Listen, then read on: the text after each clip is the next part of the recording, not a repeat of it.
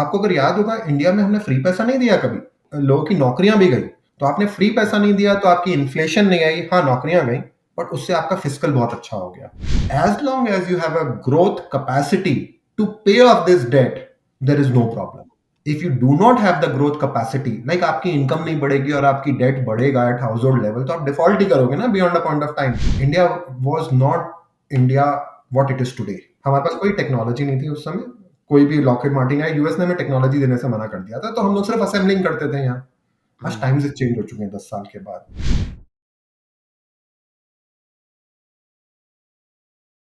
Hello दोस्तों, बहुत बहुत स्वागत है आप सभी का मार्केट की बात के एक और धमाकेदार एपिसोड में। और आज हम एक ऐसे व्यक्ति से मिलेंगे जिन्होंने ग्लोबल कैपिटल मार्केट्स और फंड मैनेजमेंट की दुनिया में 25 साल का एक्सपीरियंस लिया हुआ है।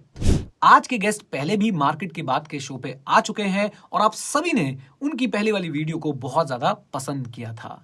मैं बात कर रहा हूं पाइन ट्री के को-फाउंडर मिस्टर रितेश जैन की। रितेश जी एक known global macro investor, financial expert और ब्लॉगर हैं। रितेश जी ने अपनी अंडर ग्रेजुएशन दिल्ली यूनिवर्सिटी से की और यूनिवर्सिटी ऑफ कैलगरी कनाडा से एग्जीक्यूटिव एमबीए की पढ़ाई की। उसके बाद उन्होंने ऑस्ट्रेलियन स्कूल ऑफ इकोनॉमिक्स से बिजनेस इकोनॉमिक्स में मास्टर्स की डिग्री भी प्राप्त की है। पिछले 25 सालों के एक्सपीरियंस में रितेश जी बीएनपी पारिबस म्यूचुअल फंड और टाटा म्यूचुअल फंड के सीआईओ यानी चीफ इन्वेस्टमेंट ऑफिसर भी रह चुके हैं। उन्होंने उस दौरान कुछ यूएस $7.2 बिलियन का एयूएम मैनेज किया है। 2008 में इन्हें द एसेट मैगजीन की तरफ से सबसे एस्ट्यूट बॉन्ड इन्वेस्टर का अवार्ड मिला। 2011 और 2012 में बिजनेस वर्ल्ड और सीएनबीसी से बेस्ट डेट फंड मैनेजर का भी इनको सम्मान मिला है। 2019 में लिंक्डइन ने इन्हें top 3 influencers in the world of economy and finance घोषित किया था। इतना ही नहीं, रितेश जी एक एविड रीडर भी हैं और ट्रैवल और स्क्वैश खेलने में काफी रुचि रखते हैं। चलिए बिना देरी किए उनसे मिलते हैं। तो हो जाइए तैयार, आज के एपिसोड के लिए मार्केट और इन्वेस्टिंग से जुड़ी ढेर सारी बातें करेंगे और आपको भरोसा दिला रहा हूं कि आप लोग जो है काफी इंटरेस्टिंग लेसन्स जो है वो आज सीखेंगे हमारे साथ। आपकी इन्वेस्टिंग लाइफ को बेहतर बनाने की भी पूरी कोशिश रहेगी। तो पेन और नोटबुक उठाइए, पानी की बोतल लेके बैठिए और बिना किसी देरी के शुरू करते हैं रितेश जैन के साथ मार्केट की बात। रितेश जी नमस्ते, स्वागत है आपका एक बार फिर से मार्केट की बात ग्रो के साथ के एक और एपिसोड में। कैसे हैं आप? सबसे पहले तो ये बताइए। बिल्कुल ठीक। आई थिंक यहाँ पर क्या कैलगरी में -40 डिग्रीज है, फिर भी उसके बाद मैं बोल सकता हूँ कि बिल्कुल ठीक हूँ। And happy new year to you and your viewers. So हम तो यहाँ पे 8-10 डिग्री में ही परेशान हो जाते हैं। -40 में I hope everything is going great. Yes yes yes. तो आते हैं थोड़ी सी अब हमने ठंडी बात तो कर ली है कि मौसम कितना ठंडा है, जरा गर्मी वाली बात करते हैं, यानी कि स्टॉक मार्केट की बात पे आते हैं। और आपसे पहला सवाल पूछते हैं कि 25 साल का समय आपको हो चुका है स्टॉक मार्केट से, जब से आप एसोसिएटेड हैं। आपने ट्रेजरी देखी, आपने इन्वेस्टिंग देखी, आपने एडवाइजरी देखी। अब आप एक ग्लोबल मैक्रो फंड रन करते हैं कनाडा से। हाँ। क्या बदलाव आए हैं ओवरऑल, अगर मैं आपसे पूछूं इस 25 साल में, खासकर इंडिया के कॉन्टेक्स्ट में जानना चाहूंगा कि क्या बदलाव आता हुआ आपको दिख रहा है? कौन सी ऐसी चीज है जो वेस्टर्न वर्ल्ड से हम बहुत ज्यादा इस समय एक्वायर करने में लगे हुए हैं इन टर्म्स ऑफ इन्वेस्टिंग? अब वो हो सकता है कोई इन्वेस्टिंग की हैबिट हो या इन्वेस्टिंग की साइकोलॉजी हो। सो नीरज, सबसे पहले क्या होता है कि मैंने ये देखा है कि जो चीजें वेस्टर्न वर्ल्ड में होती हैं ना, 4-5 साल के बाद वो इंडिया में आ ही जाती हैं। तो अगर आपको ट्रेंड देखना है ना कि दुनिया में आगे क्या हो सकता है और क्या होने वाला है, तो आप सबसे पहले आप वेस्टर्न वर्ल्ड की तरफ देखिए कि यार वहाँ क्या चल रहा है। तो मैं आपको एक छोटा सा एग्जांपल देता हूँ। अगर आप यहाँ देखेंगे, ये है पैसिव इन्वेस्टिंग। पैसिव इन्वेस्टिंग आपको पता है, आप इसे ईटीएफ इन्वेस्टिंग भी बोल सकते हो या फिर आप इसे इंडेक्स इन्वेस्टिंग भी बोल सकते हो। तो आपने ये देखा कि ये ग्लोबल है, मतलब ये ग्लोबल है। India is a small part. मैं इसलिए बोल रहा हूँ क्योंकि पहले मैं ग्लोबल बात करूंगा और उसके बाद बताऊंगा कि इंडिया में कैसे चेंज होगा। आप ग्लोबली देखेंगे तो एक्टिव फंड मैनेजर्स आप जानते हो क्या होता है कि जिन फंड मैनेजर्स को आप डायरेक्टली पैसा देते हो, वो आपका पैसा मैनेज करते हैं and over a period of time they grow your wealth. And passive funds are where fund manager is not involved. आपका पैसा सिर्फ एक पर्टिकुलर वे में इन्वेस्ट होता है और एक पर्टिकुलर बेंचमार्क से रिलेटेड आपका वो पैसा, where fund manager does not take any active calls. अगर आप इसमें देखेंगे कि पैसिव जो 2009 में 20% ऑफ यूएस क्लाइंट्स पोर्टफोलियो था, ओके, आज की डेट में आप देखेंगे तो passive is actually bigger than active fund managers. 53% of all the money managed in Western world, mostly it is US is the Western world, I call it. Okay, I'm just replacing the term because US is the elephant in the room. आप देखिए 53% of all the assets today is manage hmm, by in passive. उससे हम्म, क्या हो गया है कि passive से क्या हो गया है, जो भी कंपनीज इन इंडेक्स में होती है ना, they are getting bigger share of hmm, money. Okay, right, अगर आपका स्टॉक इंडेक्स में है and there is lot hmm, of money following that index, more and more money will follow the index and the value of those stocks in the benchmarks will go up. So आज की date में हम्म, हम लोग वो magnificent seven की बात करते हैं या फिर हम हम्म, लोग वो फैंग की बात करते हैं, they are a very big part of benchmark. तो हम्म, आप सोचिए ना, एक एक्टिव फंड मैनेजर से पैसा निकाला, उठाकर फिर से पैसिव में दे दिया, एक्टिव से पैसा निकाला फिर से पैसिव में दे दिया, तो उससे क्या हो गया, हम्म, मिस एलोकेशन ऑफ कैपिटल हो गया पूरी दुनिया में। हम्म, फिर अगर आप बेंचमार्क में हो तो आपको पैसा आएगा, चाहे वो अच्छा परफॉर्म करे कि नहीं करे। आज मैं आपको छोटा सा हम्म, एग्जांपल देता हूँ। एप्पल का ईपीएस 4 साल में ऊपर नहीं गया है, बट एप्पल का हम्म, भाव has gone up by 40-50%। Okay, hmm, इसके दो रीजन है, एक तो उसने बायबैक भी करा है, और सेकेंडली वो बेंचमार्क में it's a very big weight. Hmm, तो आप अगर एक्टिव से पैसा निकाल के डालोगे तो ऐसा ही होगा। अब मैं आपको ये भी बताता हूँ कि इंडिया में भी आपने अगर देखा होगा तो पैसिव थोड़ा बहुत चालू हो चुका है, correct, hmm, it's not too that hmm, big, because right, information asymmetry एक इमर्जिंग कंट्री में रहती है, और information asymmetry western world developed country में नहीं होती है। वहाँ information is available to everybody. Right, But as India progress over the next few years, you will find that more and more money will follow in India also will follow passive। और उसके लिए हम्म, क्या, you need an acceleration कि क्या चीज हम्म, accelerate करेगी इस चीज को। तो आपको पता ही होगा कि अगले साल 2 साल में जियो ब्लैक रॉक का जॉइंट वेंचर आने वाला है म्यूचुअल फंड साइड में। हम्म, और right, BlackRock is the biggest, passive investment manager in the world. They have perfected hmm, this art in the world, and they are bringing it to India. So this is hmm, one change which I believe that people should be aware about. Uh, इसकी downside क्या, that's a separate thing, but more and more money will follow the benchmark. So आने वाले time में अगर एक साल में अगर ये जॉइंट वेंचर आने के बाद पंद्रह हम्म, बीस डिफरेंट सेक्टोरल ईटीएफ ले आता है, माइक्रो सेक्टोरल ईटीएफ ले आता है, okay, hmm, then you will find that this will accelerate even in India money moving from active asset managers to passive asset manager। सो हम्म, उसमें एक रीजन और भी है कि पैसिव फंड मैनेजर्स को एक एक दो दो पांच पांच बेसिस पॉइंट फीस है, जबकि एक्टिव फंड मैनेजर्स की फीस 1.5-2% है। तो हम्म, वो भी थोड़ा बहुत प्ले करता है। Hmm, but this is one I have seen. And the second चीज जो मैंने देखी, जो मतलब आपने कभी सोचा नहीं होगा, कि इमर्जिंग मार्केट बॉन्ड यील्ड्स, ये मेरे पास दिसंबर का डेटा है, मैं जनवरी का नहीं है, तो मिड दिसंबर तक का डेटा है। इमर्जिंग मार्केट की जो बॉन्ड यील्ड्स हैं, okay, for the first time are lower than the bond yields of developed market. आपने कभी सोचा था कि एक इमर्जिंग मार्केट में रिस्क प्रीमियम ज्यादा होना चाहिए, ओके, हम्म, बट ऐसा कैसे हो सकता है कि इमर्जिंग मार्केट की bond yields as a combination as an index is lower than the benchmark yields of developed world? What has changed in the world? आप अगर हम्म, अब इसमें देखेंगे ना, तो 2020 के बाद आपने ये चेंज देखा होगा, उससे पहले नहीं देखा हम्म, होगा। 2020 से पहले ये डिफरेंस रहता था।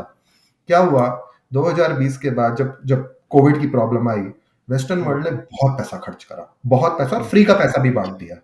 उससे हम्म, दो चीजें हो गई, उससे एक तो उनकी डेफिसिट बहुत बढ़ गया, और उससे उनकी इन्फ्लेशन बहुत बढ़ गई। अगर आप उसके हम्म, मुकाबले इंडिया को देखेंगे, ब्राजील को देखेंगे, मेक्सिको को देखेंगे, आपको अगर याद होगा, इंडिया में हमने फ्री पैसा नहीं दिया कभी।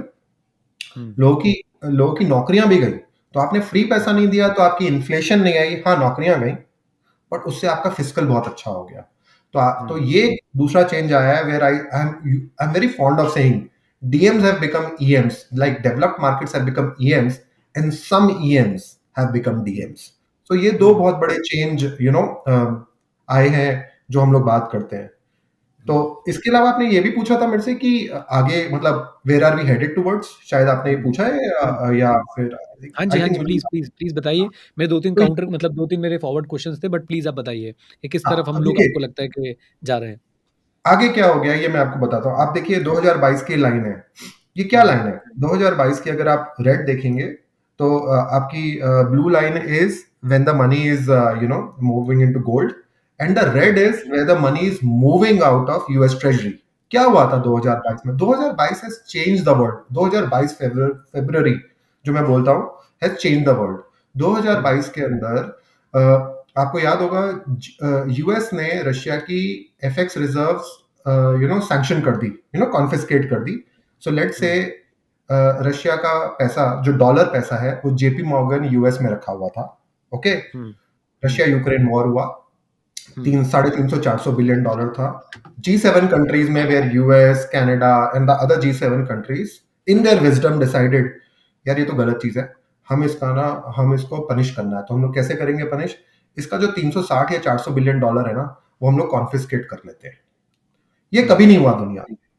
तो जब ये 350-400 बिलियन डॉलर कॉन्फिस्केट हुआ, तो उसके बाद हर कंट्री ये सोचने लगी कि यार कल की डेट में अगर we are on the wrong side of US, तो क्या हमारा भी हो जाएगा?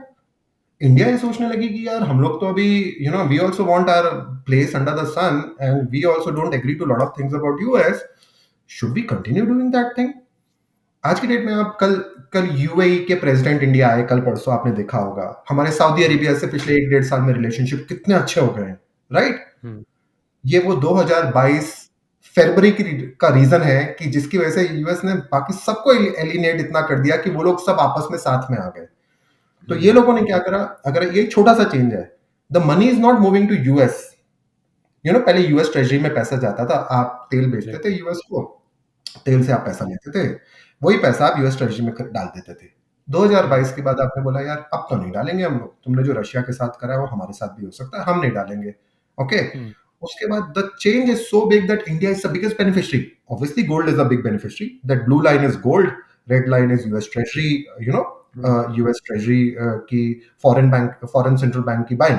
तो आप देखेंगे foreign central bank buying has gone down, whereas gold buying by central banker has gone up. But उसके बियॉन्ड क्या हो रहा है? सऊदी अरेबिया, यूएई, वो बोलते हैं यार अगर हम लोग यूएस में पैसा नहीं डालेंगे तो हम लोग कहाँ डालें? There comes India, young population, demographics, a very soft power, where everybody wants to now invest in India. So think about it this way, that the biggest beneficiary of this G7 sanctioning Russia's FX reserves is a country like India. Okay, तो आप सोच सकते हैं ये एक बहुत बड़ा change है। तो लोग मिड कैप स्मॉल की बात करते हैं, मैं ये बात करता हूँ कि इंडिया बनाने के लिए जो हमारा एक कैपिटल डेफिशिएंट कंट्री है, जिसे इंडिया को बोलते हैं कैपिटल डेफिशिएंट कंट्री है, that capital deficient will become capital surplus in next 10 to 15 years। इतना बड़ा कैपिटल इंडिया में आएगा। Wow, great.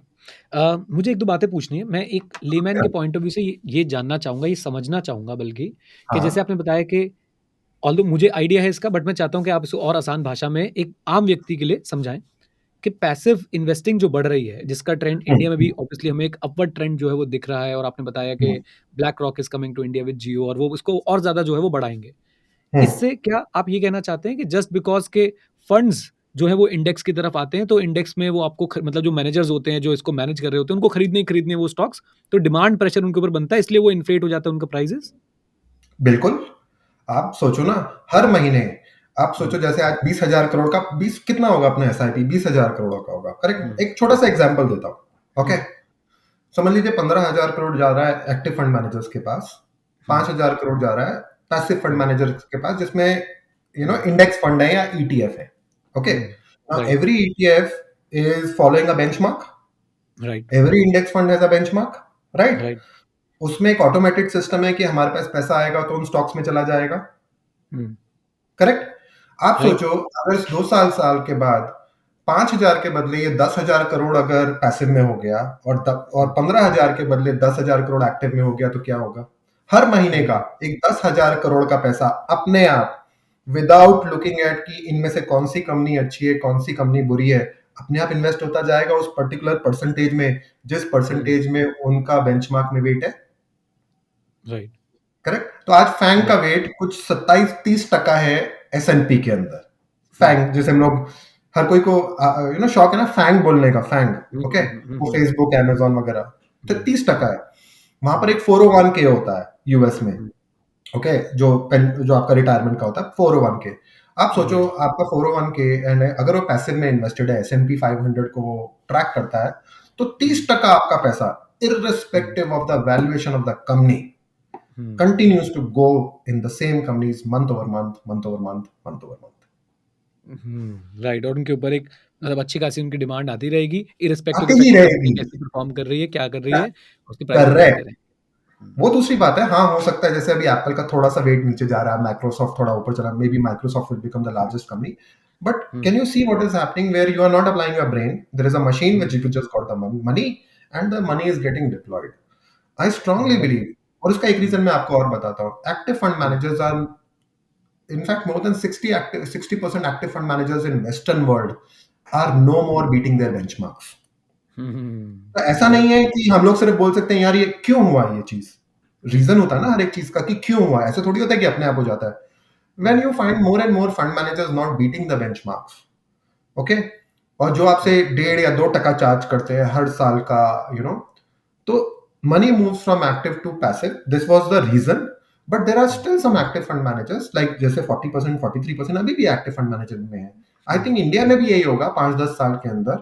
ये जो आपकी एसेट मैनेजमेंट इंडस्ट्री भी ग्रो कर रही है वो 5-10 साल के अंदर वो स्टेबल होकर उसके बाद वो कॉन्ट्रैक्ट होना चालू होगी. वहां पर एमएनए हो जाएंगे. And incremental money will keep on going into passive funds. Right. इसमें मैं ये जानना चाहता हूँ कि एक एक आम इन्वेस्टर के लिए एक एक्शनेबल इनसाइट क्या है? इस डेटा से हम लोग क्या इन्फर करें, क्या कंक्लूजन निकालें as a Indian equity investor? क्या मैं इंडेक्स की तरफ जाऊँ या ना जाऊँ, या मुझे कुछ उस पे एक एक सर्टेन पार्ट ही रखना चाहिए अपना पोर्टफोलियो का, या मुझे बिल्कुल उससे हटना चाहिए और ऐसे ऐसे म्यूचुअल फंड्स ढूँढने चाहिए जो इंडेक्स को बहुत अच्छे से या अपने बेंचमार्क को बहुत अच्छे से बीट कर रहे हो? I think the third question is the most relevant. I think आपको थोड़ा और due diligence करना पड़ेगा. You have to find out which fund managers are there which have seen the cycle for last 10-20 years. Okay, आप उनको 1-2 साल की performance नहीं देख सकते हैं. आपको उनकी साइकिल की परफॉर्मेंस देखनी पड़ेगी कि क्या उन्होंने ओवर द साइकिल्स परफॉर्म करा है. हमारे यहाँ average age of SIP, if I remember it, last data is 2 years या 3 years, उससे ज्यादा नहीं है. Okay, right. आप उसमें किसी भी फंड मैनेजर्स को अच्छे तरीके से जज नहीं कर सकते हैं. आपको उसे पूरी एक साइकिल देनी पड़ेगी. And I still, since I was a CIO at Tata mutual fund and BNB, I know the hard work which goes behind picking up every stock. Okay, so but you have to give them time for them to deliver for you. And a country like India जहां पर growth opportunities काफी हैं, मैं मानता हूं कि active fund managers can continue to beat passive funds for next at least 5 to 7 years. Okay, okay, तो great. मैं अपना पैसा अगर आज सोचूंगा डालने का, मैं आज की डेट में, सिंस मुझे पता है कि India's nominal GDP will be 11 to 12% over the next 5-6 years. That means new big winners will be made in India, which will obviously, I'm hoping that fund managers will be able to capture those winners. I would prefer to give my money to those fund managers who can capture those winners. Right. Okay. अब बात करते हैं कि current market position को अगर हम देखें, मैं अगर अक्टूबर से ही बात करूं, बहुत पीछे भी नहीं जाता हूं, अक्टूबर 2023 की अगर बात करूं, 28 अक्टूबर की बात करूं, तो 18,800 पे मार्केट थी. वहां से एक हम्म, अच्छा बाउंस बैक देखने को मिला, 21,600 के पास पहुंचे. इलेक्शन के जो रिजल्ट्स आए वो रिफ्लेक्ट हुए हमारी स्टॉक हम्म, मार्केट के अंदर, जो 3 स्टेट्स में 4 स्टेट्स में इलेक्शन थे उसके हम्म, रिजल्ट्स रिफ्लेक्ट कर रहे हैं. लोगों को अब बीजेपी से बड़ी उम्मीद है कि भाई बीजेपी जो है जीत के आएगी, मोदी जी जो है फिर जीतेंगे. सारी हम्म, चीज़ें अभी अच्छी लग रही हैं. प्राइमा फेसी अगर हम देखें, on the face of it earnings ठीक लग रही हैं. मैक्रो तो चलो ऊपर-नीचे होते रहते हैं, बट अगर देखें हम्म. तो कॉर्पोरेट्स वाले भी जो है वो अच्छा आउटलुक दे रहे हैं. मैं ये जानना चाहता हूँ कि अब आपको यहाँ से क्या दिख रहा है, क्योंकि आप काफ़ी मैक्रो ट्रेंड्स पे नज़र रखते हैं. तो यहाँ से आपको क्या दिख रहा है कि कोई ऐसी चीज़ है जो हमें परेशान कर सकती है, या बिल्कुल हम अभी इसी धीरे-धीरे करके हम ऊपर की तरफ ही बढ़ते रहेंगे? देखिए, इसमें मैंने ना 2 चार्ट डाले. मुझे क्वेश्चन हुँ, बहुत इंटरेस्टिंग लगा. हुँ, तो मैंने काफ़ी सर्च करा इसमें क्योंकि मेरी व्यू थी, लेकिन मेरे पास चार्ट नहीं था. हुँ, हुँ, अ, आप लेफ्ट चार्ट देखिए. Left is China's GDP from 2000 to 2010. This is a right, modern day miracle where they have lifted almost 500 million people out of poverty. Okay? Hmm, 2000 से 2010 के बीच में चाइना का GDP went up from $1.3 trillion to $6 trillion by 2010. Okay? Hmm, ये left में जो chart है वो शंघाई का चार्ट है, मतलब चाइनीज मार्केट का चार्ट है. 2,500 हुँ, का था 2000 में. हाँ, 2007-8 में आपको पता होगा हर जगह ऊपर गया, बबल था. Correct, right. Right, but hmm, 2010 में भी आप देखेंगे तो वो 2,500 था. Hmm, on the other hand 2012 में आप बायबैक्स देखिए नॉर्थ अमेरिका में. ओके. हुँ, और 2022 में 2000 US buyback went up 4 times between 2012 to 2022. Okay. Hmm, तो मैं आपके सामने ये 2 रीजन रख रहा हूं वेयर दो दो अलग चीजें बताना चाहता हूं. It is not necessary hmm, that strong economies should have strong markets. Hmm, okay. आप सोचिए, आज आपने जो मेरे को रीजन दिए उससे क्या कॉर्पोरेट केपेक्स वापस आएगा? क्या उससे कॉर्पोरेट का कॉन्फिडेंस वापस आएगा? अगर कॉर्पोरेट का कॉन्फिडेंस वापस आएगा, money can move from financial markets to real economy, creating jobs, capex will happen, return ratios will become a little bit, return ratios will not improve till the time that capex comes online. So it is possible that you could have a market, you could have a really strong growing GDP, but the markets don't go anywhere. On the other hand, you could really have a market which will muddle through economy, like US, which we talked between 2012 to 2022. But just because buybacks were there, okay, the stocks went through the roof. So there is no correlation between these two. कि आपने जो अभी मेरे से question पूछा वो बहुत relevant question है, बट मेरे ख्याल से वो relevant question is good for thinking about कि से इकोनॉमी में क्या होगा. Economy is not stock market. हम लोग ये दो चीजें कंफ्यूज करते हैं. मैंने आपके लेफ्ट साइड में चार्ट दिखाया है. इकोनॉमी, इससे अच्छी ग्रोथ दुनिया में कभी भी नहीं रही एक 10 साल के पीरियड के अंदर, where GDP going from 1.3 trillion dollar to 6 trillion dollar, but बाजार कहीं गया नहीं. On the other hand, US में बायबैक्स इतने बढ़ गए, ओके, कि बायबैक से स्टॉक कम हो गया, पैसा आता रहा इंडेक्सेस के अंदर, that stocks went through the roof. Okay, my view is that if the corporate world get confidence, okay, and government अपना काम कर दिया capex का, and now corporate wants to do the capex, it is possible markets don't go anywhere for few years. You could have a sideways correction, but the GDP growth continues to move up, employment generation happens, it is good for the economy. So you should actually hope for that it is good for the economy, because if the money does not go into the economy, okay, money continues to go into the financial market, okay, then it could lead to a bubble. Right. यहाँ मुझे एक सवाल पूछना है आपसे कि जैसे आपने हम्म, बताया कि आई थिंक जो एक लेमैन इससे समझ सकता है वो ये कि भाई हो सकता है कि देश की इकोनॉमी बहुत स्ट्रांग हो लेकिन उसकी स्टॉक मार्केट मूव ना करे. बट हाँ, बिल्कुल. यही थॉट था. बट मुझे ऐसा लगता है यस. और मैं इस बात पे बिलीव करता हूँ कि लॉन्ग रन में नॉट इन अ ईयर और अ टू, ठीक है, आपने मुझे चाइना का डेटा दिखा दिया, बट लॉन्ग रन में मुझे ऐसा लगता है कि इकोनॉमी या जीडीपी बोल लीजिए, जीडीपी और स्टॉक मार्केट का जो रेशियो रहता है वो 1 रहता है. जिस रेशियो में इकोनॉमी आपका जीडीपी बढ़ रहा है उस रेशियो में जो है करेक्ट, आपकी स्टॉक मार्केट करेक्ट. भी बढ़ती है. तो लॉन्ग रन में क्या हमें, अगर मैं मान लेता हूँ ऐसा, मैं एक हाइपोथेटिकली अज्यूम करता हूँ कि हमारी मार्केट जो है वो म्यूटेड रिटर्न देती है नेक्स्ट 3 इयर्स तक, लेकिन इकोनॉमी बढ़ती रहती है, राइट? तो क्या अगले 3 साल बाद, लेट अस से 3 साल बाद जब चीजें और अच्छे से होने लग जाएंगी तो क्या मार्केट वापस इकोनॉमी को कैच करेगी, इकोनॉमी को मैच करेगी वहां पे? 100%. ये तो आपने वॉरेन बफेट रूल बोला मेरे को. Over a period of time, if corporate profitability were to rise, okay, it will show up in stocks. There is no doubt in my mind. But आप सोचिए, आज की डेट में every corporate starts doing capex, okay,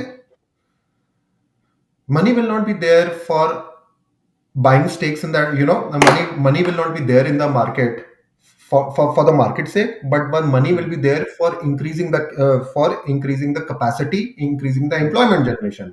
जब वो आप capex complete हो चुका होगा, उसके बाद it will start showing up in return ratios for that companies. But वो आज तो नहीं है, वो 3-4 साल लग जाएंगे, राइट? उसके बाद return ratios will start improving. हाँ, at some point of time market will realise, अरे हाँ यार, अगले साल केपेक्स इसका खत्म हो जाएगा, and market will start repricing again. Till that point of time, it you could have easily have time correction or a price correction. There's nothing wrong with it. Over a period of time, it is good. Otherwise, you end up with like a Chinese bubble. Sorry, with like a Japanese bubble where the market did not go for 30 years. You would not want to end up like that, no? You would want economy to catch up to market, and then market to catch up to economy. Right, got it. Okay. बहुत सारे incentives जो हैं government आजकल दे रही है, make in India को बहुत promote किया जा रहा है और भी बहुत तरह तरह के इंसेंटिव्स जो है वो गवर्नमेंट दे रही है. लेकिन बीच में आईएमएफ की एक वार्निंग आती है कि भाई इंडिया का जो डेट टू जीडीपी रेशियो है that will exceed 100% by financial year 28. तो ये सुन के एक आम आदमी को तो डर लग जाता है. मोटे मोटे तौर पे आम आदमी को लगता है कि भाई जितना जीडीपी होगा उतना ही जो है वो डेट होगा इंडियन इकोनॉमी के ऊपर, राइट? तो क्या, पहले तो मैं इस स्टेटमेंट की सच्चाई को आपसे सुनना चाहता हूँ कि क्या ये ऐसा होने वाला है? क्या हमें कुछ इसको लेके डरने की ज़रूरत है? मेरे 2-3 क्वेश्चंस हैं. अगर ऐसा होने वाला है तो बाकी देशों में ये अप्रॉक्सिमेटली क्या स्टेटस चलता होगा? क्या एक सेफ परसेंटेज है कि जीडीपी का कितना परसेंटेज जो है वो डेट में रहना चाहिए? क्या हमारे लिए, आम आदमी के लिए कोई कंसर्न की बात है इंडिया में रहने वाले लोगों के लिए? तो ये चार्ट आपके सामने है. आप ऑरेंज लाइन देखिए, इंडियाज डेट टू जीडीपी है, और आप ब्लू लाइन देखिए, यूएस डेट टू जीडीपी है। मैंने आईएमएफ के नंबर निकाले, आईएमएफ का सोर्स है, आप इसके अंदर देखिए। हाँ, ओके, हाँ, तो ये आप अपने सामने देख रहे हैं। ओके, मैं आपको एक एग्जांपल देता हूँ। सिंस 1800, आज 224 साल का टाइम हो गया अपना। Okay, since 1800 there are 52 cases of government debt to GDP crossing 130%। आप यूएस देख सकते हैं 130% पर है, correct? Right. Right. 51 out of those 52 countries defaulted on their debt by inflating away the debt or outright default. Correct? तो एक वो level जो है, जो वो हर्शमैन कैपिटल बोलता है कि 130% आने के बाद I start getting concern. Okay, और उसके बाद those countries can not get out of debt trap, और they what they do is they start inflating away, और जो उसमें सेवर्स होते हैं वो सेवर्स से पैसा कॉन्फिस्केट होकर होकर वो एसेट ओनर्स के पास चला जाता है। आप इंडिया का डेट टू जीडीपी देखिए 70 से 80%। तो आज मैं आपको वेस्टर्न वर्ल्ड की सिचुएशन बताता हूँ। Western world debt to GDP is between 100 to 130%। मैं जापान को नहीं डाल रहा हूँ, बाकी कंट्रीज को डाल रहा हूँ, जो इंडिया, जो ऑस्ट्रेलिया, यूके, कनाडा, जहां पर इंडियंस जाते भी हैं, एनआरआईज जो है, ओके, उन सब का डेट टू जीडीपी 100 to 130% के बीच में है, और हर एक की ग्रोथ 2 या 3% है। Okay, India debt to GDP आपके सामने 90% आपको दिखाई दे रहा है, इस समय 80 या 90% है, correct? India growth is 6 to 7%. As long as you have a growth capacity to pay off this debt, there is no problem. If you do not have the growth capacity, like आपकी income नहीं बढ़ेगी और आपकी date बढ़ेगा eight house hold level, तो आप default ही करोगे ना beyond a point of time. आप थोड़ी राइट। पैसा प्रिंट कर सकते हो गवर्नमेंट की तरीके से, सिर्फ गवर्नमेंट ही पैसा प्रिंट कर सकती है। तो आप अपने बारे में सोचो, जब तक मेरी इनकम अगर बढ़ती रहेगी, okay, income is rising more than the debt, do I really care? Correct? Got your point. So अगर मेरा 12% से आप मेरे को बोलो कि रितेश, मैं आपको एक वेरिएबल देता हूँ, अपना अगले 5-6 साल तक 6% से जीडीपी बढ़ेगा और 6% से इन्फ्लेशन बढ़ेगी, तो मैं आपको बोलूंगा कि आपको आईएमएफ की सुनने की कोई जरूरत नहीं है। बट अगर आप उसी समय मेरे को बोल दो नहीं यार, it can go down to 3% GDP, 4-5% inflation, तब मैं बोलूंगा यार सोचना पड़ेगा यार, फिर तो हम लोग डेट ट्रैप में जा सकते हैं। करेक्ट? तो मैंने आपके सामने वेरिएबल रखे हैं। आज Western world is getting into a debt trap. US understands it. They are the smartest guys. They are trying to inflate away their debt. Okay, they are the only country which can do it because they are the reserve currency of the world. India doesn't need to be worried at this point of time with this GDP growth rate and with this inflation. Right, great. एक बार मैं चाहूंगा कि आप retail investors के लिए ये चीज़ थोड़ा सा आसान भाषा में बताएं कि आपने दो बातें बताई कि डेट जब हो जाता है तो दो बातें हो सकती हैं। एक तो लेमैन को समझ में आ गई कि हम डिफॉल्ट कर देंगे जब हमारे पास उतनी इनकम नहीं होगी, but what is the inflating the debt, वो एक बार अगर आप समझा पाए। देखो, इन्फ्लेटिंग द डेट क्या होता है, वो सिर्फ गवर्नमेंट कर सकती है। गवर्नमेंट क्या करती है कि यार इंटरेस्ट रेट नीचे रखेंगे और इन्फ्लेशन ऊपर बढ़ने देंगे। जब आप इन्फ्लेशन ऊपर बढ़ने देते हो तो आप भी देखते हो कि आपकी value of assets goes up. Correct? Right. आज आपके पास घर है जैसे, ओके, आपको समझ लो आप पैसा प्रिंट नहीं कर सकते, लेकिन अगर आपको कोई आप you can pay off your debt, अगर आपके घर की वैल्यू ऊपर चली जाए तो आप उसमें से, करेक्ट, राइट। राइट, आपकी कोई भी एसेट हो, अगर वो एसेट ऊपर चली गई तो you can pay off that debt or you can reduce that debt by selling that asset at higher price and paying off that debt. Correct? Government also tries to do the same thing. Government बोलती है पैसा print करते हैं, interest rate नीचे रखेंगे, inflation ऊपर जाने देंगे। जब इन्फ्लेशन ऊपर चली जाएगी तो अपनी टैक्स रिसीट्स अपने आप ऊपर चली जाती है, okay, and it will be able to reduce the quantum of debt in the system. आपने अगर ये ब्लू लाइन देखी, आपने ब्लू लाइन में थोड़ा सा ऑब्जर्व करा, ये 130% के ऊपर तक गई और उसके बाद 126 आ गई। Right, right. क्यों? आपको याद है पिछले साल यूएस में इन्फ्लेशन 6-7-8% थी, इंटरेस्ट रेट 2-3% थे, correct? Right. As long as your inflation is higher than the interest rate you pay on the debt, it is okay. Inflation कैसे आएगी? So every central banker in the world, except emerging markets, are hoping that we have inflation. चाहे वो आपको बोल कुछ भी रहा हो कि मुझे 2% इन्फ्लेशन पर आना है, उसका काम है बोलने का, बट दे आर होपिंग यार इन्फ्लेशन ऊपर रहनी चाहिए, अपना डेट वाला नीचे नहीं आएगा। सेम आपका राइट। देखो ना, आपका घर अगर आज समझ लो एक एक्स वैल्यू का है, हुँ, अगर आपके घर का इन्फ्लेशन 7-8% से बढ़ेगा और आपका डेट हुँ, 3-4% से बढ़ेगा, तो आप वो घर के अगेंस्ट लोन लेकर पे कर सकते हो ना। आप प्रॉब्लम तो हुँ, पोस्टपोन कर सकते हो ना। वही 1 करोड़ का घर अगर आपका 80-90 लाख का हो गया और आपका डेट हुँ, बढ़ता चला गया, ओके, तो आप कैसे पे हुँ, करोगे? अगर आपकी राइट। इनकम नहीं बढ़ रही है तो। हुँ, राइट। ओके। अ, डिफेंस स्पेस के बारे में बात करते हैं। हम सब बहुत एक्साइटेड हो जाते हैं जब डिफेंस स्पेस के बारे में बात करते हैं। पोटेंशियल भी है उसके अंदर, राइट? और अच्छा खासा एक अपॉर्च्युनिटी साइज़ भी है।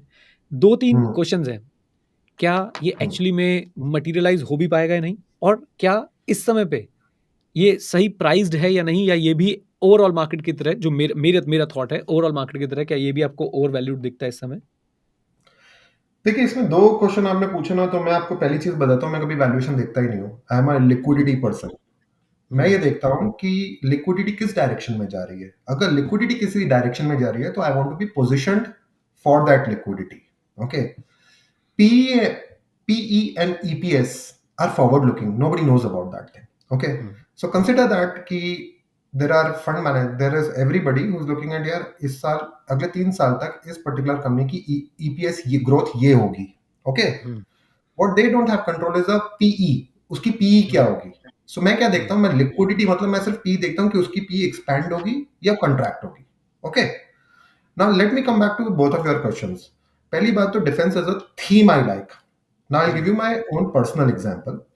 हुँ, Few years back, when I was a chief investment officer at a conglomerate owned mutual fund, I had an opportunity to visit the joint venture factory with Lockheed Martin in India. Okay, हुँ, वहां मैंने देखा कि हम लोग ना एक बड़े aircraft का हल्क जो है हम असेंबल कर रहे थे सिर्फ. हुँ, स्मार्टेस्ट पीपल होंगे शायद इस फैक्ट्री फ्लोर पे, PhDs and techs and all those things. Okay, smartest लोग होंगे वहां राइट, पर. They were doing that thing. But वो 10 साल पुरानी बात है. Okay, you know, India was not India what it is today. Okay, hmm, हमारे पास कोई टेक्नोलॉजी नहीं थी उस समय. कोई भी लॉकहीड मार्टिन या यूएस ने हमें टेक्नोलॉजी देने से मना कर दिया था, तो हम लोग सिर्फ असेंबलिंग करते थे यहाँ. आज हुँ, टाइम्स चेंज हो चुके हैं 10 साल के बाद. आज हुँ, की डेट में we can demand technologies and we get technology hmm, transfer to some extent we are getting. So one right, thing is certainly changing. That technology transfer is happening to India. Hmm, Okay, which is a very big change happening in Indian defense space. Okay, तो मुझे सिर्फ उसमें एक micro space जो है defence technology में जो मेरे को अच्छा लगता है वो है defence engineering designs. Hmm, okay, मैं भी कंपनीज में नहीं जा सकता हूँ क्योंकि that is not my forte. Okay, right, but hmm, मैं मैक्रो व्यूज देखता हूँ. मैक्रो व्यू हुँ, में this is one space after electrification is where I am hmm, very very bullish. Defence engineering designs. Hmm, this is where I believe that otherwise आप बाकी normal defence space को देखेंगे, आप बोलेंगे यार ये तो ओवर वैल्यूड है. ओके, हुँ, बट राइट, मैं इस पर्टिकुलर स्पेस में जाता हूँ जो विच इज अ वेरी निश स्पेस. और मुझे हुँ, उसके अंदर काफी इंटरेस्टिंग अपॉर्चुनिटीज जो भी लिस्ट हुई हैं या लिस्ट होने वाली हैं, ओके, मुझे हुँ, दिखाई दे रही है उसके अंदर. हुँ, राइट, राइट। थोड़ा-सा एक मैं आपसे 2 चीज़ों पे एग्ज़ाम्पल चाहता हूँ। एक तो मैं डिफेंस इंजीनियरिंग को थोड़ा और आपसे एक आम भाषा में समझना चाहता हूँ कि किस तरह की कंपनीज़ हैं, जो इस स्पेस के अंदर आएँगी। और दूसरा, आपने एक बात बोली कि आप वैल्यूएशन नहीं देखते, लिक्विडिटी देखते हैं। तो मैं इस हम्म. स्टेटमेंट पे भी थोड़ी-सी एक्सप्लेनेशन एक आम आदमी के लिए ज़रूर चाहूँगा। जैसे आज everybody is focused on EPS growth, correct. आपके पास बहुत सारे लोग आपको मिल जाएंगे, शायद हुँ, रिसर्च एनालिस्ट मिल जाएंगे जो आपको अगले तीन हुँ, से पांच साल का पूरा एक एनालिसिस एक कंपनी का करके आपको दे देंगे, बता देंगे क्या ईपीएस ग्रोथ भी होने वाली है if it is properly covered. Okay, hmm, most of the right, companies till mid cap space are properly covered. Okay, have 10, 10, 15 analysts looking at the same companies, correct. Right, So they will be able to tell you EPS, right? Hmm, Will they be able? But is price a function of EPS only? Isn't price a function of EPS into PE? Hmm, right, Correct. Hmm, So why is everybody focused only on EPS part? Does anybody ever focus on what could be the PE? PE can expand and contract based on the cycle, correct? Right, right, Right? There are companies which doesn't go anywhere for 5 years. EPS doubles, but the PE hmm, is halved. तो आपने क्या पैसा right, बना लिया उसके अंदर? Correct? Hmm, hmm, My whole point is when I look at any stock, it is very easy for me to get EPS from the market because it is hmm, very well covered. Correct? Mostly. Right, right. I apply my own framework कि यार इसका multiple जो है वो expand होगा या contract होगा, और उसके लिए सिर्फ एक ही चीज मेरे दिमाग में आती है, liquidity. If the liquidity is flowing into a particular direction, then multiples will expand. If the liquidity is not going in that direction, irrespective of the company doing well, it might be the best company in the sector, I don't care about it. Right. It might double its EPS in the 4 years. I don't care about it. So मेरे लिए बहुत important चीज है, किसी भी चीज globally भी मैं इन्वेस्ट करता हूँ तो ये सिर्फ देखता हूँ कि लिक्विडिटी कहाँ जा रही है. राइट। राइट। इसमें थोड़ा लिक्विडिटी मैं डिसाइड. हाँ. हाँ जी, इसमें मेरे एक और भी क्वेश्चन है इस पे। लिक्विडिटी कहाँ जा रही है, इसको देखने के लिए क्या एक आम आदमी क्या कर सकता है? कोई कोई फैक्टर्स हैं, कोई कोई हिंट्स हैं, कोई चार्ट है, किस तरीके से हम ये समझ सकते हैं, या कोई कैसे हम अगर एक आउट ऑफ क्यूरियोसिटी हम लोग जानना चाहते हैं कि लिक्विडिटी को हम कैसे ट्रैक करें, तो क्या आपके पास इसके लिए होगी गाइडेंस? मैं एक छोटा सा आपको एक एग्जांपल देता हूँ. This is my macro theme of the decade. Okay, hmm, इसी के बारे में बात भी कर लेते हैं. Okay, hmm, hmm, post COVID governments have become bigger, private sector has become smaller. Hmm, you will find right, everywhere, right. आप भी देख रहे होंगे यूएस में आ रही है इन्फ्लेशन रिडक्शन एक्ट हो गया है, सब्सिडीज हर चीज में सब्सिडी देते जा रहे हैं. हुँ, कनाडा ने $25 बिलियन की सब्सिडी दे दी कार बनाने के लिए. ओके, हुँ, हमारी अपनी पीएलआई स्कीम हो गई. हमारे हम लोग डिसाइड कर रहे हैं कि कौन कौन से सेक्टर में पैसा जाना चाहिए. So government is deciding winners and losers. Hmm, government is saying इस सेक्टर से पैसा निकालो, उस सेक्टर को दो. जैसे यूएस में फॉसिल फ्यूल के लिए कोई पैसा नहीं है, हुँ, बट विंड मिल बनाने के लिए 10 जनों से पैसा मिल जाएगा. ओके, वो हुँ, इन्फ्लेशन रिडक्शन एक्ट के अंदर आपको बहुत सब्सिडीज मिल जाएंगी. सो राइट, सबसे पहली बात, हुँ, in a world which is dominated where governments have become more powerful and private sector hmm, is not, okay, hmm, because governments are doing capex, government is hmm, taking on its balance sheet, hmm, follow what the government is doing. Hmm, Government is allocating capital. Government hmm, is, and then you look at in front of you, यार मेरी government क्या चाहती है, दुनिया में government क्या चाहती है. दुनिया में government are talking about green and clean energy. Okay, hmm, क्या होगा, राइट, कल परसों में होगा, नहीं होगा यार, बट क्यों करना चाहते हैं, दैट्स अ सेपरेट थिंग. मैं वो लॉजिक में नहीं जा रहा हूँ. मुझे लॉजिक का क्या करना है, मुझे तो ये हुँ, देखना है कि क्या गवर्नमेंट इसमें भरपूर पैसा डाल रही है. यूरोप में भी डाल रही है, यूएस में भी डाल रही है, इंडिया में पोल्यूशन की वजह से भी डाल रही है. ओके, हुँ, आप देख रहे होंगे अपने आसपास. तो उसमें what is a theme which comes out over there. Then I said अरे यार, हर एक चीज के लिए, चाहे हमें अगर मैन्युफैक्चर सर्विसेज से मैन्युफैक्चरिंग भी शिफ्ट करना है तो भी हमें इलेक्ट्रिसिटी चाहिए. हुँ, And we do not want to be based on fossil fuel based. Okay, then I realized, yeah, electrification is the one theme where everything comes together. आप इसमें एक हुँ, छोटा सा देखिए, आपके पास ये हुँ, चार्ट है इलेक्ट्रिफिकेशन का. Okay, on the left right, side ये हिताची इंडिया के सीईओ की स्टेटमेंट है, कुछ 2 महीने पुरानी. In India it hmm, also means adding an equivalent of European Unions entire existing grid by 2040. A hmm, recent study by the Energy Transition Commission, a coalition of companies and financial institutions, found that 1.1 trillion must be spent on the grid every year until 2050. हुँ, यानी कि पैसा खर्च होगा. हुँ, correct. Right, हुँ, नई capacity बनने में time लगता है. राइट, एग्जिस्टिंग कैपेसिटीज की value will go up. Hmm, demand for all these companies in this ecosystem will go up. Right, okay, 3 साल तक या 5 साल तक इन कंपनीज ने कुछ नहीं करा क्योंकि फोकस नहीं था. हुँ, आप उस ईपीएस को एक्स्ट्रापोलेट करके या पीई को एक्स्ट्रापोलेट करके अगर आप आज यहाँ हुँ, बैठे हो तो you are not doing your work. Hmm, it's a simple example in front of you. Right, same way when we talk about defence engineering design companies, hmm, कोई उनकी पीई भी देखेगा ना तो हिल जाएगा, वो इन्वेस्ट नहीं कर पाएगा. हुँ, बट मैं तो नई चीज देख रहा हूँ. यहाँ राफेल भी इंडिया में बनाना चाहता है, लॉकहीड मार्टिन भी बोलता है यार मुझे यूएस गवर्नमेंट ने अलाउ कर दिया है. हुँ, राइट, राइट। तो यहाँ से हम कहीं न कहीं लिक्विडिटी ट्रेस कर पा रहे हैं कि इस सेक्टर में ज़बरदस्त लिक्विडिटी जो है वो आ रही है, राइट? आप अगर माइक्रो कर रहे हो और आप अगर माइक्रो बेस्ड हो और आप मैक्रो नहीं देख रहे हो, हुँ, then you are missing out on something big. You hmm, need to take into account यार बिग पिक्चर कैसी लगती है. मुझे ईपीएस समझ में आता है, 36,000 हुँ, फीट से ये कैसा लगता है, हुँ, हुँ, हुँ, बट उसके लिए एब्सोल्युटली, आपको मैक्रो समझना पड़ेगा कि हुँ, पैसा कहाँ जा रहा है, लिक्विडिटी कहाँ जा रही है. हुँ, राइट। रेट कट्स पे बात करते हैं। अभी बहुत उम्मीदें लगाई जा रही हैं कि रेट कट्स जो हैं वो हुँ, बहुत जल्दी ही रेट कट्स होंगे और हम सबको पता है कि यूएस में जो भी होता है, कुछ भी होता है, उसका इम्पैक्ट जो है वो पूरे वर्ल्ड के ऊपर जो है वो आ रहा होता है, राइट? हुँ, लेकिन मुझे ऐसा लगने लग गया है कि इंडिया थोड़ा-सा जो है अब डिटैच हो चुका है, कि यूएस में कुछ हुँ, हो तो उसका बहुत ज़्यादा इम्पैक्ट इंडिया पे दिखता नहीं है। आपका क्या हुँ। थॉट प्रोसेस है? क्या इंडिया इसमें कुछ डिफरेंट बॉल गेम खेल रहा है, कुछ डिफरेंट उसके पास मिल गया है इंडिया को जिससे वो यूएस से थोड़ा-सा डिटैच होके आगे चल सकता है? नहीं, रीज़न मैंने आपको पहले पहले सेकंड चार्ट में मैंने आपको एक रीज़न दिखाया था। ये 2022, ये जो हुँ, आप डिटैचमेंट की बात कर रहे हैं ना, ये हुँ, 2022 में ये जो लाइन है, जो एकदम वो रेड लाइन एकदम नीचे गई और blue line started moving up, it hmm, started happening in 2022 and it is hmm, not only India. Lot of countries are now kind of decoupling a little bit with hmm, US.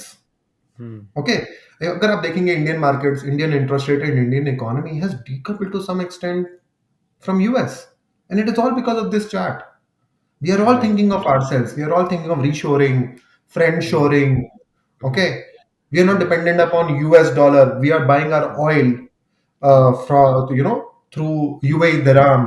Ghana is saying, "अरे यार मेरे को problem I, my foreign exchange reserves went down." तो मैंने कुछ दिनों पहले बहुत अच्छा इंटरेस्टिंग डाला कि how Ghana inflation collapsed because उनके वो गोल्ड बनाते हैं, उन्होंने गोल्ड से डायरेक्टली ऑयल खरीद लिया bypassing US dollar.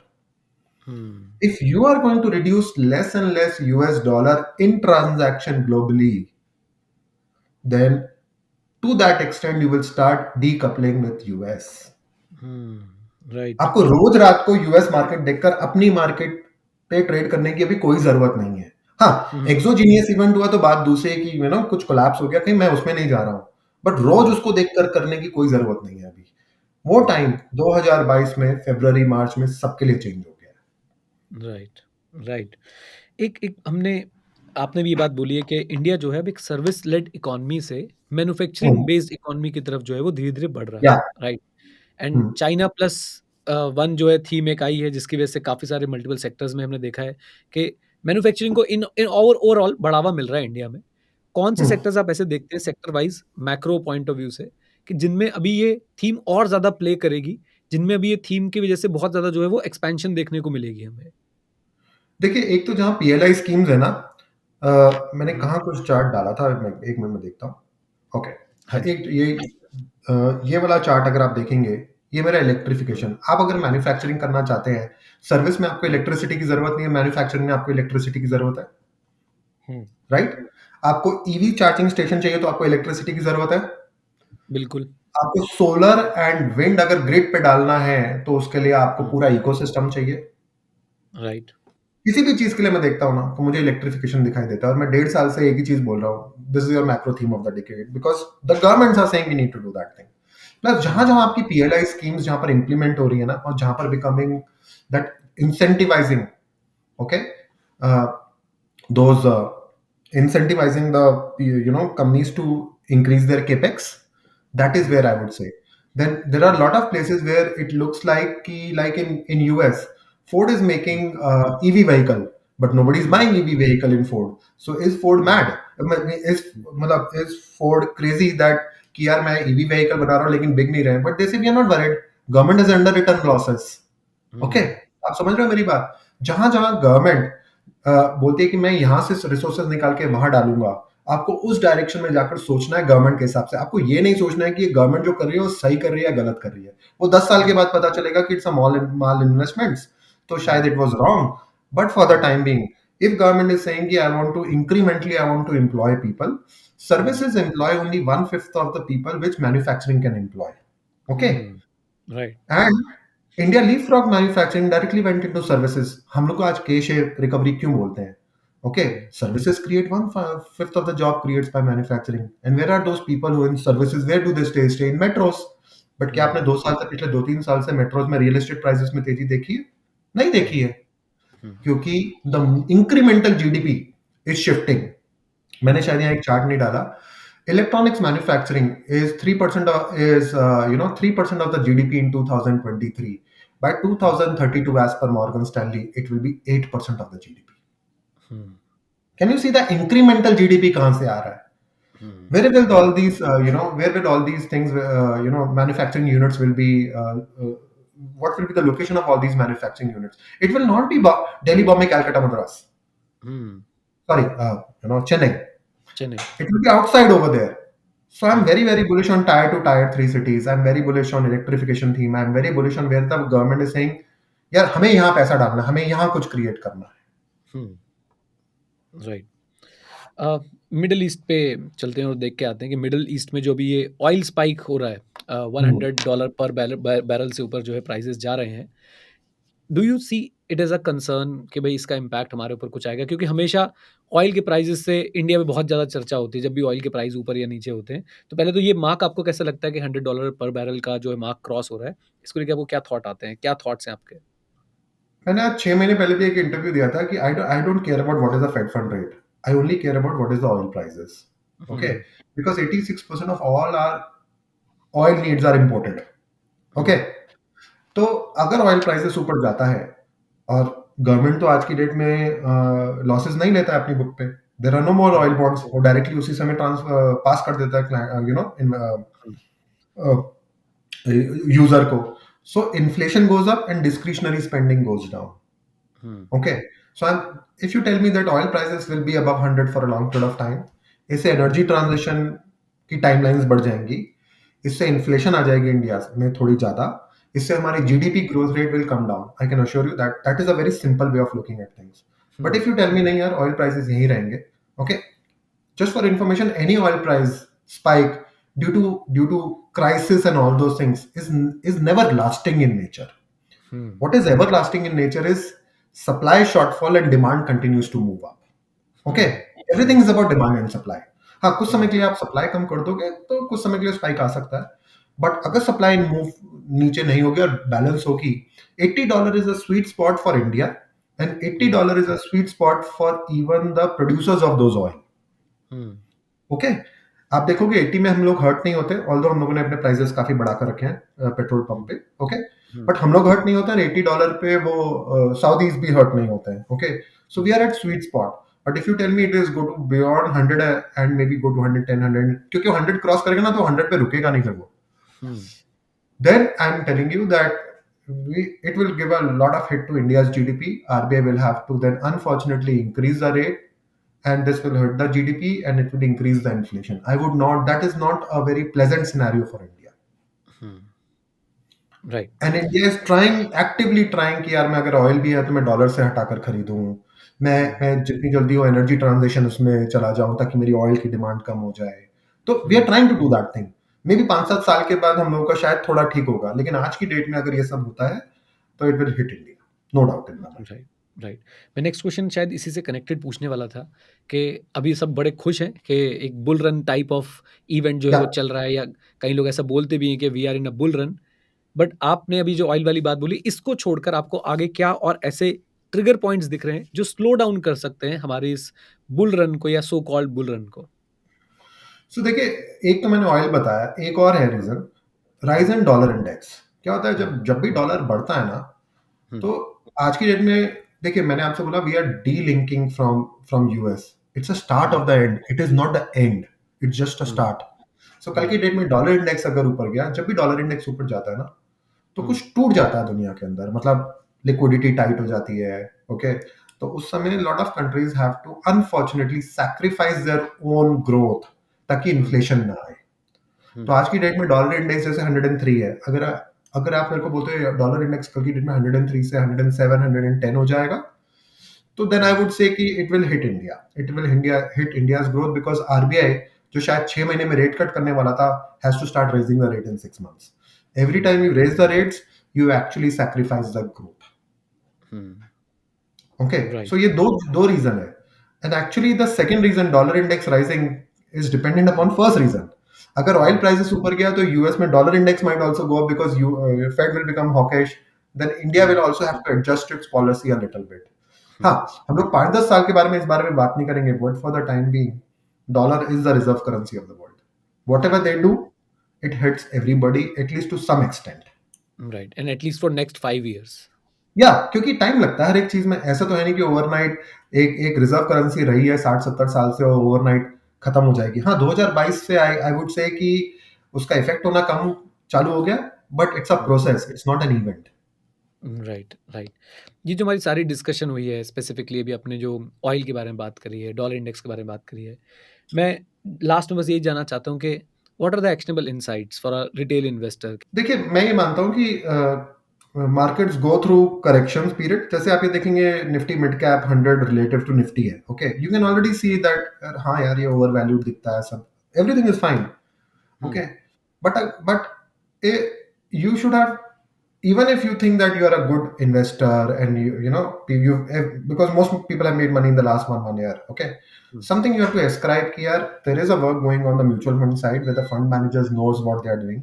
You should keep your trading investing part separately than wealth building, hmm, okay, retirement planning, for your child's education.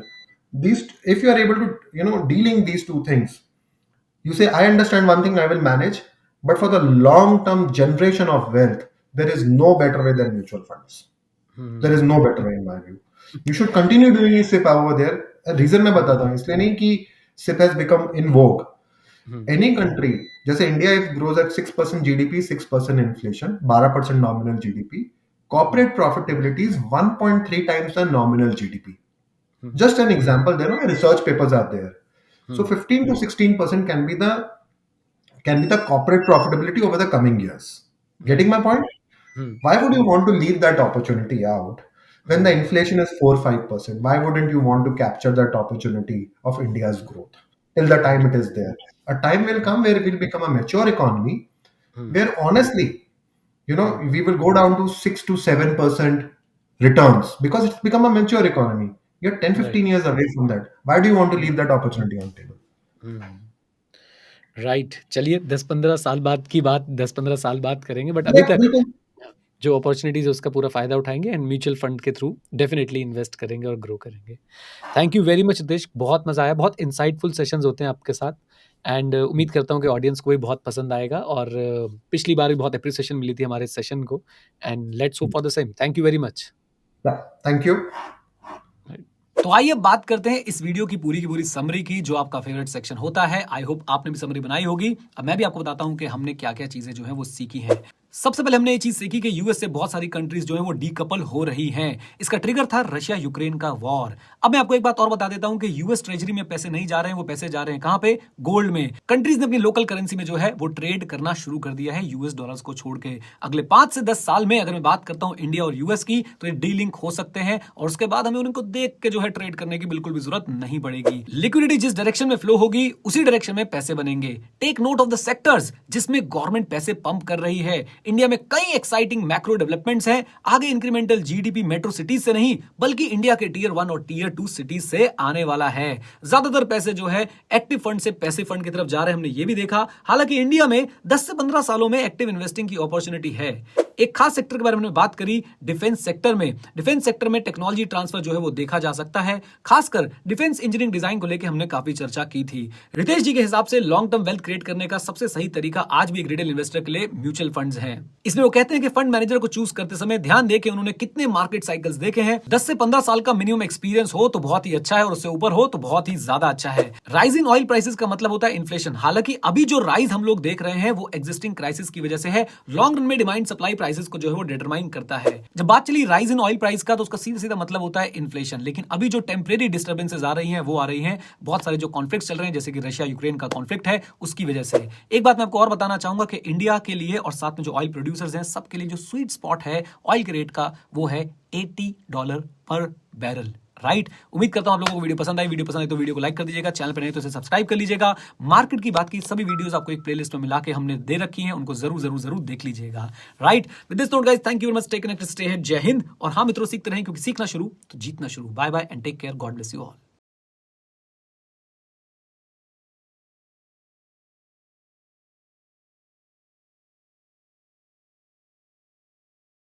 Investment in securities market are subject to market risks. Read all the related documents carefully before investing. Please read the risk disclosure documents carefully before investing in equity shares, derivatives, mutual fund, and or other instruments traded on the stock exchanges.